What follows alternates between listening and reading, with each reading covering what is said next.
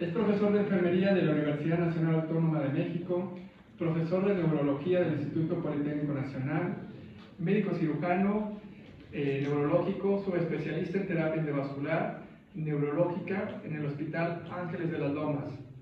Es delegado de la Comisión de Salud y Asistencia Social de la Comisión Iberoamericana de Derechos Humanos. Tiene 2 doctorados, tiene un doctorado honoris causa por el Claustro Doctoral Iberoamericano y también tiene otro doctorado en Administración de Hospitales por la Universidad de California.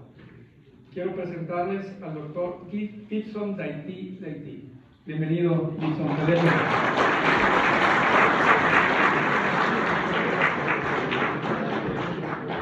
Muchas gracias por el recibimiento, muchas gracias por el aplauso.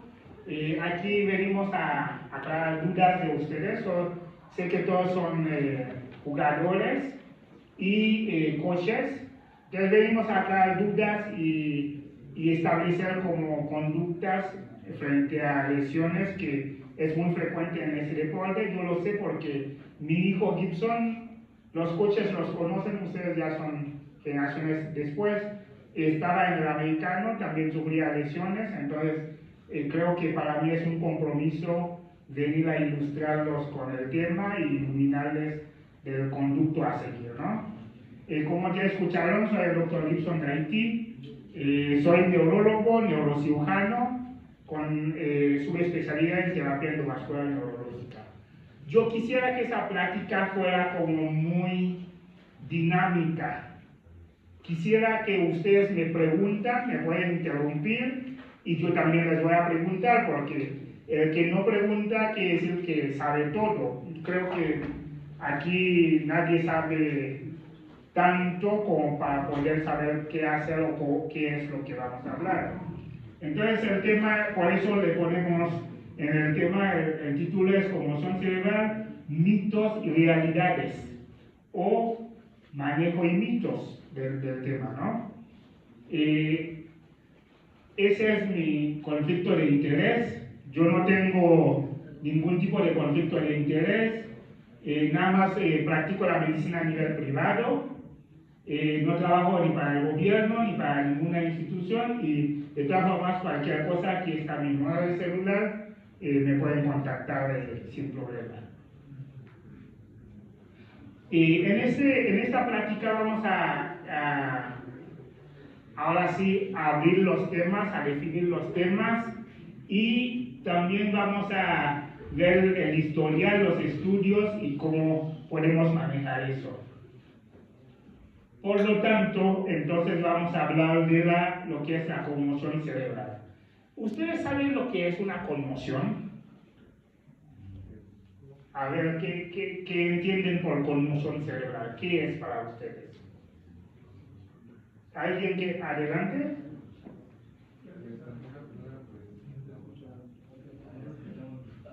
Se vale decir cualquier cosa, ¿eh? Aquí nadie sabemos, nadie nacimos sabiendo, por eso estamos aquí para hacer esa plática, ¿no? Pues cuando una persona se desmaya.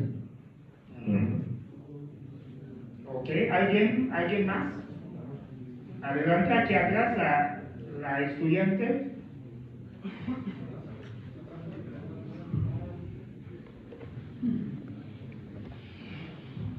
¿No se refiere a cuando alguien se pega en la cabeza? Así es. ¿Alguien más? Ok, los demás aquí. Cuando se inflama el cerebro. Ok, sí. Muy bien. Ok. ¿Alguien más que quiere aportar, que quiere expresarse? Muy bien. Obviamente una conmoción cerebral es resultado de lo que es un traumatismo craneoencefálico. Todos aquí creo que practican deportes de contacto, hay de americanos, de básquet, de soccer o algún otro deporte. Bueno, todos esos deportes son deportes de contacto. En todos esos deportes están predispuestos a sufrir lesiones del cerebro, en mayor o menor grado. ¿Qué pasa en un traumatismo? Lo que es un traumatismo como tal. Tenemos aquí, esa es la cabeza. La cabeza en su interior tiene un centro que está ocupado por nuestro cerebro. Imagínense que la cabeza cuando se choca con algo hace eso. Va la masa encefálica en su interior, todo eso afuera al hueso. Entonces la masa encefálica cuando uno sufre un choque va corriendo, hace esto, entonces la cabeza choca contra algo o contra alguien, en caso de ustedes, y el cerebro, aun cuando la cabeza se detiene, el cerebro sigue corriendo y está chocando y rebotando contra el hueso. Y eso es lo que nos va a causar lo que es un traumatismo craneoencefálico. Actualmente, el traumatismo craneoencefálico se clasifica en 3 grandes grupos. El primero, que es el leve, traumatismo craneoencefálico leve, TCE, que es el traumatismo craneoencefálico leve, moderado o grave. Todo eso es resultante de un golpe, una caída o un choque. Para poder hacer esa clasificación, tenemos una escala que se llama escala de Glasgow. La escala de Glasgow es cómo está la persona inmediatamente después de ocurrir el accidente. Hay 3 parámetros que se toman en cuenta. El primero es la apertura de los ojos, el segundo es el habla y por último la fuerza en el cuerpo. No les voy a meter mucho en esos temas, para eso tienen los doctores aquí, el doctor Monroy, que es excelente traumatólogo, y el doctor Arias, ellos son los que hacen esa clasificación. Depende del puntaje, esa clasificación va del normal, que es 15, a lo anormal, que es 3. El 15 es cualquiera de nosotros, y el 3 es alguien que está, podríamos decir, moribundo. Y cuando tiene un rasgo de 3, quiere decir que ninguno de esos 3 parámetros es valorable, o es presente, o es... Cualquiera de los 3 tiene un punto quiere decir es en 0, es equivalente a 0, quiere decir que no hay respuesta en cualquiera de los 3 parámetros. Entonces, una vez que se hace esa clasificación, ahí entra lo que es la conmoción cerebral. Afortunadamente, la conmoción cerebral viene clasificado en un traumatismo craneoencefálico leve, quiere decir grado 1. Entonces, como es un traumatismo leve, no amerita ni hospitalización, ni tampoco amerita que le hagamos cirugías o cualquier otra cosa. Entonces, un paciente con traumatismo craneoencefálico leve quiere decir que tiene un Glasgow entre 15 a 12. Es lo que quiere decir de lo normal a un poquito menos de lo normal. De 15 a 12 es lo que tienen. Ya más allá de esto, los otros grados ya no entran dentro de la conmoción cerebral. Ahora, para hablar de conmoción cerebral, necesitamos saber qué es la conmoción cerebral. Como comentó ahí atrás, es un golpe, sí está bien. Comentaron otros que era pérdida de la conciencia, no forzosamente. ¿Y alguna otra opinión, alguna otra cosa que me pueden decir de la conmoción cerebral? La pérdida de memoria. Pérdida de memoria, exactamente, es uno de los puntos fundamentales para hablar de conmoción. ¿Alguien más? Desorientación. Desorientación, claro. ¿Alguien más? La pérdida de equilibrio. Pérdida de equilibrio, si entra. ¿Alguien más? Un traumatismo. Un traumatismo, bueno, la conmoción sucede a raíz de un traumatismo. Si no hay traumatismo, no podemos hablar de conmoción cerebral. ¿De acuerdo? Entonces, ¿cómo se define la conmoción cerebral? La conmoción cerebral se define con 3 parámetros principalmente. Que después del traumatismo haya dolor de cabeza, lo que en el lenguaje médico llamamos cefalea, que haya alteración de la memoria.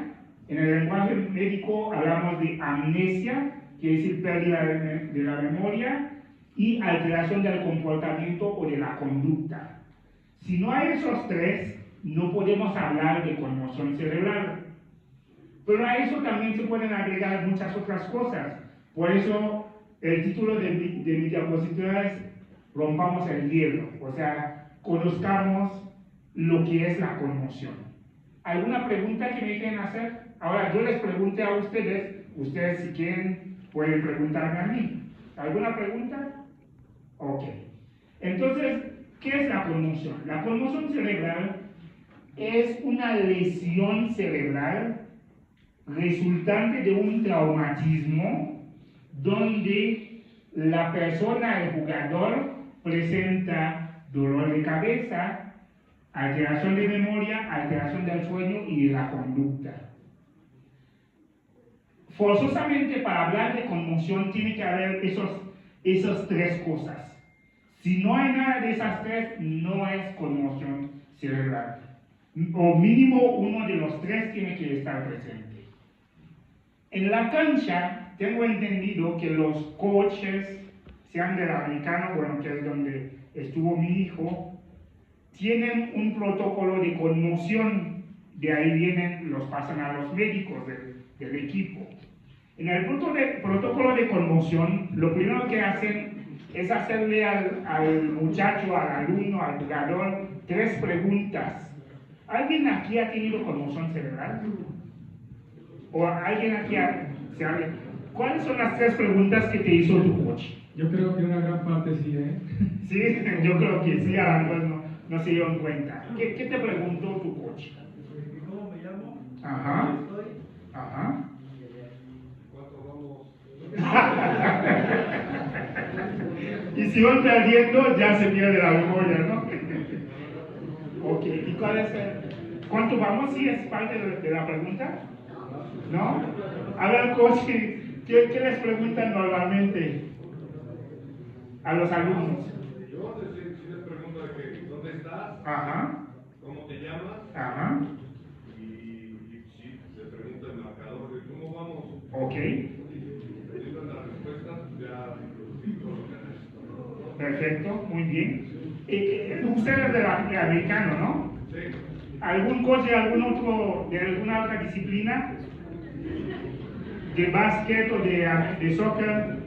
A ver, coach, ¿qué les pregunta a los muchachos cuando sufren una conmoción? Yo soy coach de voleibol. ¿Está bien? Tengo puras niñas, pero bueno, afortunadamente no hemos tenido ninguna conmoción cerebral, pero sí igual. Yo tuve un chico que sí se lastimó en otro equipo y sí se le pregunta su nombre, dónde está y qué día es. En ese caso es lo que yo pregunto para saber si tiene también la orientación. Claro, ok, muy bien. ¿Y de alguna otra disciplina deportiva? ¿Alguna otra disciplina? No hay nadie más. Ok. A ver, coach. ¿Sí? Ok. Y la tercera pregunta, nada más hacen 2 preguntas. ¿De qué disciplina es? ¿Dónde estamos? ¿Americano también? De básquetbol. A básquetbol, ok. Muy bien. Bueno, entonces ya son 3 disciplinas, voleibol, americano y básquetbol. Soccer no hay nadie aquí, ¿verdad? A ver, de soccer. En ocasiones igual le gusta el rival, Ujú. Ok, muy bien. Entonces, por lo visto, el protocolo aquí está bien establecido de conmoción cerebral. Ese es el primer punto, la primera parte, o lo primero que hay que hacer. El muchacho se cae ahí mismo en el césped o en el piso a hacerle 3 preguntas. Las preguntas varían, si se dan cuenta, depende de la disciplina, depende del equipo, depende del coach. Se puede cambiar también, no forzosamente tienen que ser fijamente las 3 preguntas, pero sí hay que hacer mínimo 3 preguntas y ver cuál es la respuesta. Obviamente el marcador ya el coach ya lo sabe, está bien, y ver si el muchacho también sabe su marcador, porque si está dentro de la cancha tiene que saber cuál es su marcador y en base a esto ver si está orientado. La cuestión de la memoria nos permite al mismo tiempo ver la orientación del jugador en el momento o en el tiempo o incluso en el espacio por las mismas preguntas que se hacen. Entonces, también se le debe de preguntar si le duele la cabeza. ¿Por qué? Porque el dolor es un síntoma sugestivo. No hay un dolor, bueno, sí hay dolorímetro, pero aún así el dolorímetro es muy sugestivo porque es según la cara o los gestos del paciente. Entonces, a esas tres preguntas les invito a los coaches a preguntar a los muchachos si le duele la cabeza, porque el dolor es una de las partes fundamentales para hablar de conmoción cerebral. Bueno, el nombre, fecha, dirección, incluso está bien, y vigilar el comportamiento del joven en la cancha, porque en un protocolo de conmoción se recomienda suspenderlo, o sea, pedir cambio, o sea, que no siga jugando, y vigilarlo en la banca, si es que él puede caminar. Si vemos que no puede caminar, entonces ya la decisión tendrá que ser un traslado, no sé, al hospital, a urgencias de algún hospital el más cercano que existe.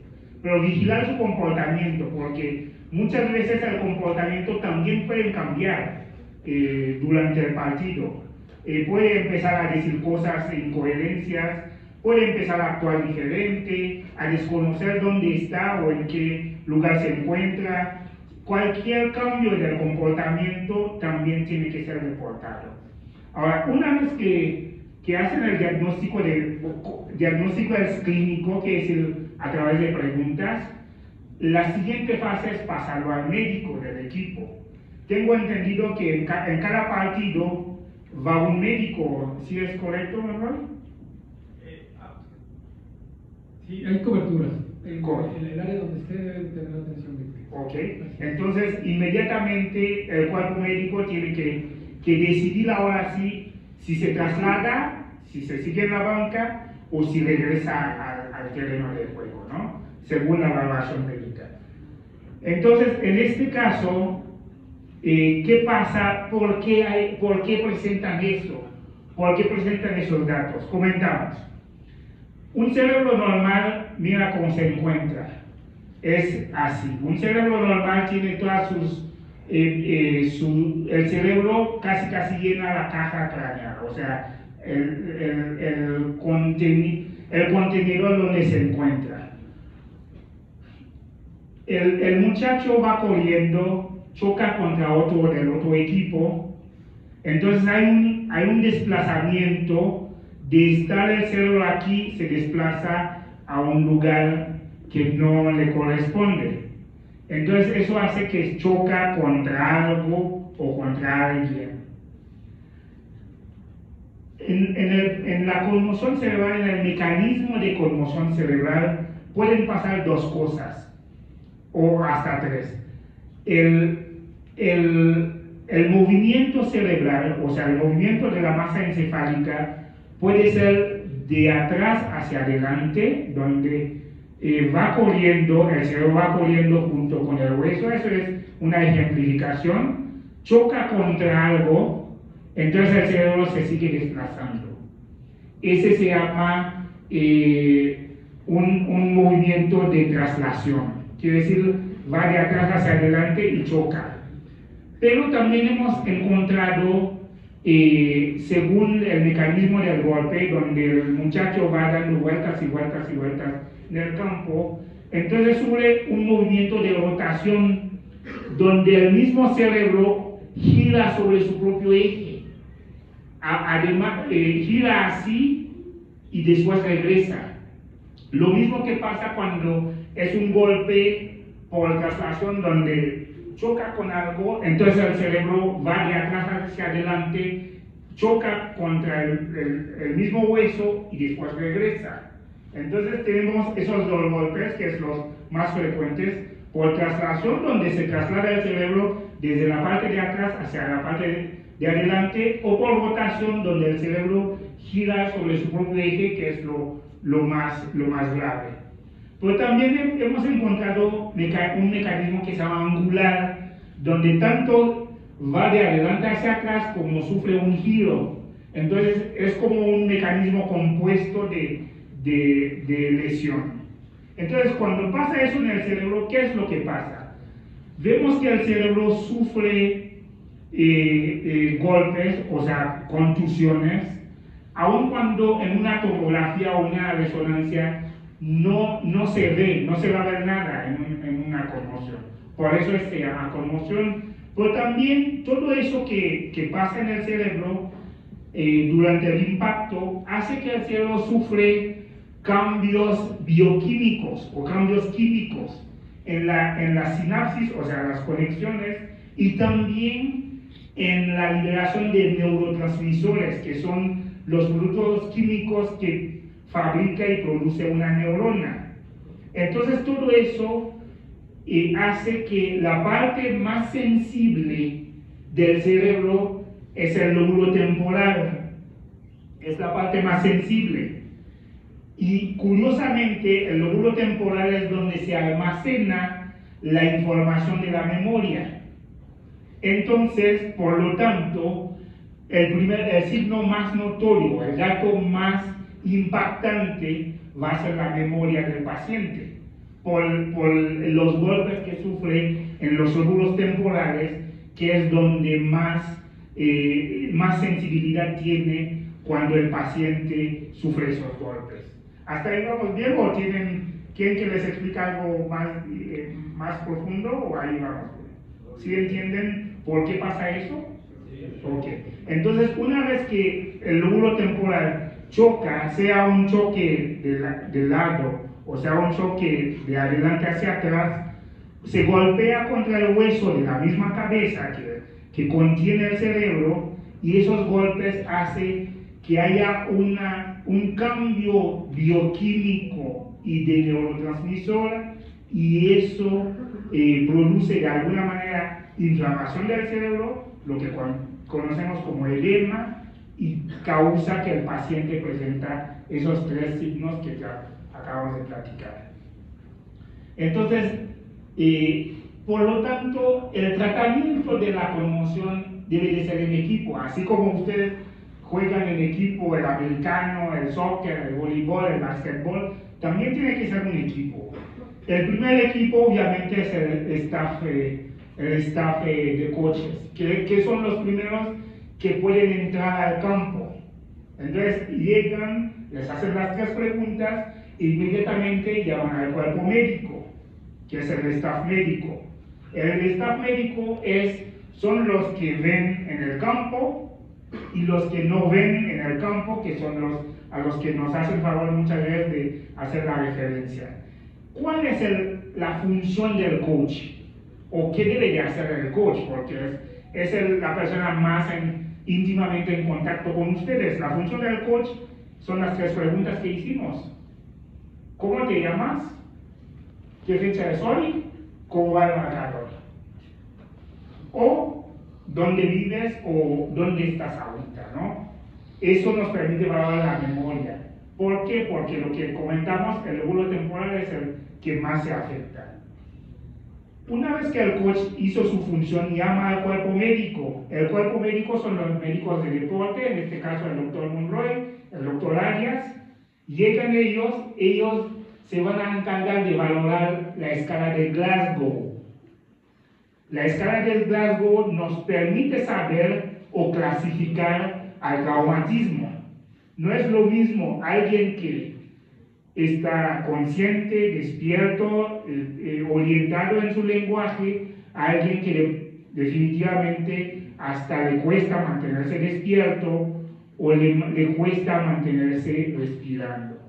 Entonces, según lo que clasifican los doctores, ya le van a dar un grado al traumatismo. Va a decir es un traumatismo leve, quiere decir una conmoción, por ejemplo, un traumatismo moderado, quiere decir que es alguien que ahora sí amerita un traslado a un hospital, o un traumatismo severo, que es alguien que desde la cancha hay que intubarlo y llevarlo a sala de terapia intensiva, de acuerdo a esa misma escala de Glasgow.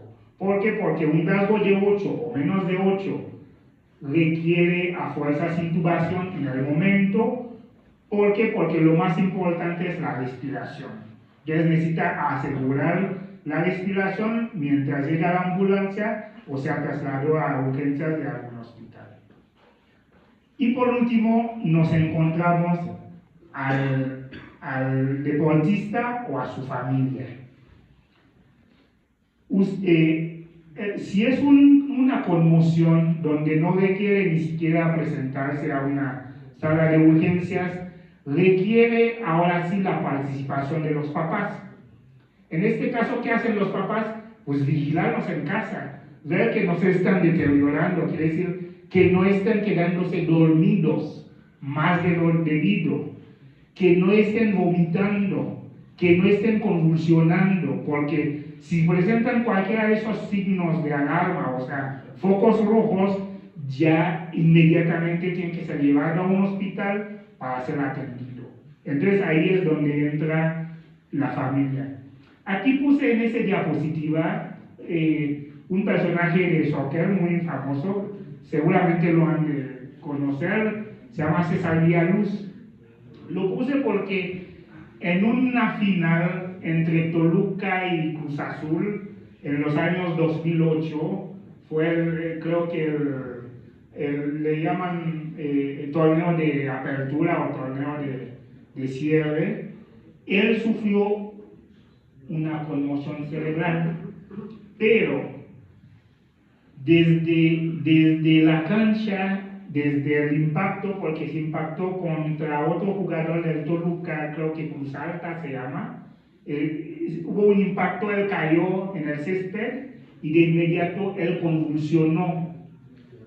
Y al convulsionar, obviamente ya salió del protocolo de conmoción, ya hablamos de un traumatismo más severo, y fue llevado a urgencias del hospital y de ahí se trasladó a la Ciudad de México porque así lo pidieron el staff deportivo del Cruz Azul.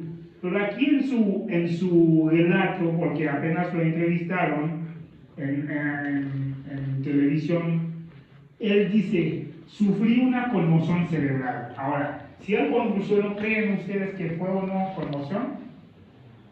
Sí. La conmoción también puede implicar crisis convulsiva, pero si el jugador convulsiona, no hay que mandarlo a casa. Ahora sí quiere decir que algo más profundo puede estar pasando. Entonces él dice, sufrí una conmoción cerebral, me cambió la vida, costó mucho recuperarme, hubo complicaciones posteriores y secuelas, que esto nadie lo sabe. Bueno, eso fueron palabras textuales de él. Y les vengo a presumir que acabo de recibir mi título de entrenador, César Villaluz, futbolista, y ahora ya es director técnico. Entonces quiere decir que una conmoción puede pasar muchas cosas, que es lo que vamos en la diapositiva que sigue. Y en una conmoción cerebral, el paciente, el historial o la historia, ¿cuánto tiempo dura una conmoción? Ustedes, ¿qué me pueden responder? En promedio, ¿cuánto tiempo un jugador que sufre una conmoción, cuánto tiempo dura la conmoción o el efecto? Debe ser de acuerdo a la valoración, ¿no? De acuerdo a la valoración, pero más o menos. 2 semanas. 2 semanas es el máximo, el tiempo máximo es 2 semanas. 3 días. 3 días es el mínimo, entonces están ustedes en el intervalo. Una conmoción cerebral debe de ser de 3 días hasta 2 semanas. O sea, lo que dura el efecto. El dolor de cabeza, la alteración de la memoria, la desorientación, el efecto del insomnio o somnolencia son de 3 días hasta 2 semanas. Entonces, ¿qué quiere decir para los coaches? Mi consejo. ¿Cuánto tiempo entonces deben de incapacitar al alumno o al jugador? De 3 a 2 semanas. Entonces, eso es lo que hacemos aquí. La prueba de conmoción se hace por el coach, la evaluación de Glasgow por el médico del equipo, vigilancia por los padres y, de ser necesario, valoración por el neurocirujano y, de acuerdo a su criterio, hacer tomografía o resonancia magnética. Ahora, si dura de 3 días, como dijo él, y 2 semanas, como dijo el otro, ¿qué pasa durante ese lapso, ese intervalo? ¿Qué hay que hacer? ¿Cuál es el tratamiento? Ya quedamos que no se va a hospitalizar. ¿Qué se tiene que hacer? ¿Alguien sabe? Descanso. Ok, descanso. ¿Qué tipo de descanso? El celular. Está prohibido el celular. ¿Por qué? Porque el celular es un estimulante, es demasiado estímulo para un cerebro inflamado. Entonces, prohibido celular. Entonces, el descanso tiene que ser, bueno, el tratamiento neurológico, el descanso tiene que ser de descanso deportivo, descanso escolar y descanso mental. Y en el descanso mental es donde prohibimos definitivamente todo eso.